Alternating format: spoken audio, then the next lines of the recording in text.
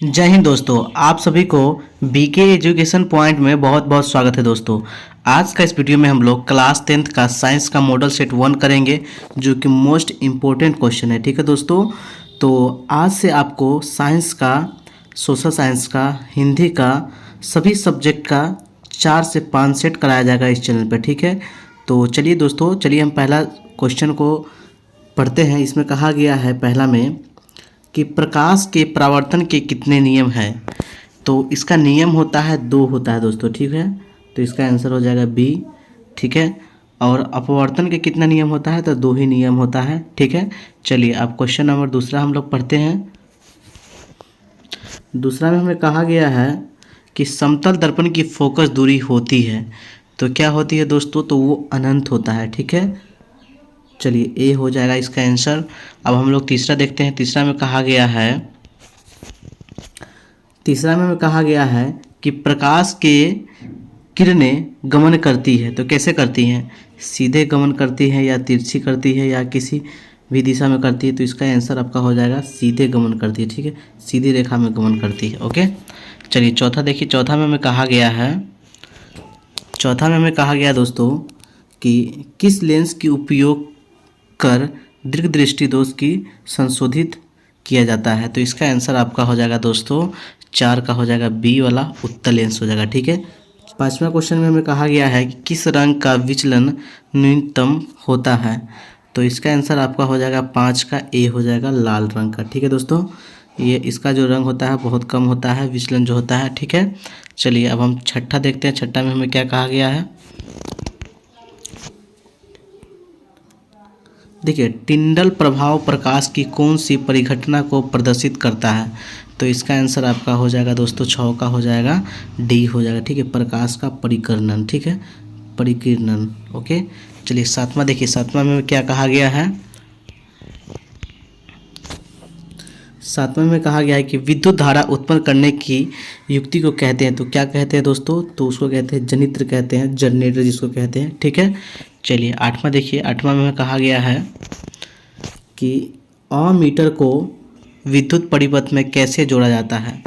तो इसका आंसर आपका हो जाएगा दोस्तों ए हो जाएगा, श्रेणी क्रम में जोड़ा जाता है। ठीक है, सीधा जिसको कहते हैं श्रेणी क्रम। ठीक है दोस्तों, चलिए नौवां देखिए। नौवां में हमें क्या कहा गया है, अंतर का एसआई मात्रा क्या होता है। तो इसका आंसर आपका हो जाएगा दोस्तों 9 का बी हो जाएगा, वोल्ट होता है। ठीक है दोस्तों, एसआई मात्रा वाला जो भी होता है वो इम्पोर्टेंट क्वेश्चन होता है, तो उसको आप बढ़िया से कर लीजिएगा। चलिए 10वां देखिए। 10वां में क्या कहा गया है,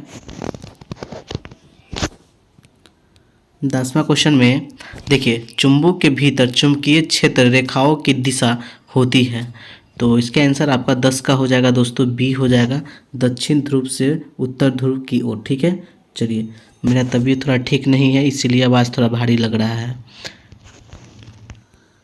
11वां क्वेश्चन देखिए दोस्तों। 11वां में कहा गया है कि विभक्त वलय का उपयोग किस उपकरण में किया जाता है दोस्तों। ठीक है, तो इसका आंसर आपका 11 का हो जाएगा ए, विद्युत मोटर में। ठीक है, चलिए अब 12वां क्वेश्चन देखिए। 12वां में क्या कहा गया है, 12वां में हमें कहा गया है कि निम्न में से उत्तम ऊर्जा का स्रोत कौन सा होता है। तो इसका आंसर हो जाएगा डी, बायोमास। ठीक है, चलिए 13वां देखिए। 13वां क्वेश्चन,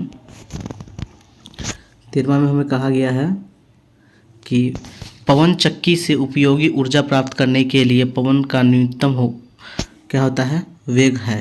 तो क्या होता है दोस्तों, इसका आंसर आपका हो जाएगा 13 का बी हो जाएगा, 15 किलोमीटर प्रति घंटा। ओके, चलिए 14वां क्वेश्चन में, 14 में हमको कहा गया है कि नाभिकीय ऊर्जा प्राप्त करने हेतु आवश्यक है। तो इसका आंसर क्या हो जाएगा दोस्तों, हमें यहाँ पे 4 ऑप्शन दिया हुआ है, तो हमको ये आंसर आपका हो जाएगा सी हो जाएगा, यूरेनियम। ठीक है, चलिए 15वां देखिए। 15वां में क्या कहा गया है,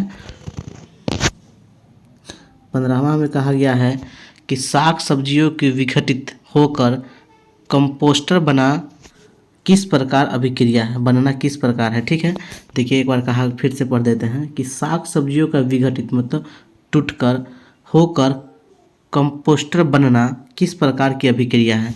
तो इसका आंसर आपका हो जाएगा दोस्तों 15वां क्वेश्चन आपका हो जाएगा बी, आंसर हो जाएगा ऊष्माक्षेपी अभिक्रिया। ठीक है, चलिए दोस्तों देखिए दोस्तों 16वां क्वेश्चन में हमें कहा गया है कि निम्न में से कौन अपकारक है, तो इसका आंसर हो जाएगा आपका DH2S। ठीक है दोस्तों, ये हो जाएगा। चलिए 17वां क्वेश्चन देखिए। 17वां में हमें कहा गया है कि निम्न में से कौन ऑक्सीकरण नहीं है, तो इसका आंसर आपका हो जाएगा दोस्तों, देखिए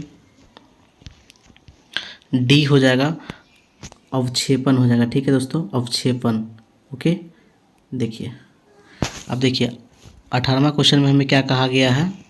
18वां में कहा गया है कि हमारा शरीर का pH पारस के बीच कार्य करता है, तो इसका आंसर आपका हो जाएगा D हो जाएगा, 7.0 से 7.8 के बीच में। ठीक है दोस्तों, चलिए अब हम लोग 19वां क्वेश्चन पढ़ते हैं। तो 19वां में हमें कहा गया है कि निम्नांकित में कौन सबसे अधिक अभिक्रियाशील है, तो इसका आंसर आपका हो जाएगा दोस्तों 19 का हो जाएगा A हो जाएगा।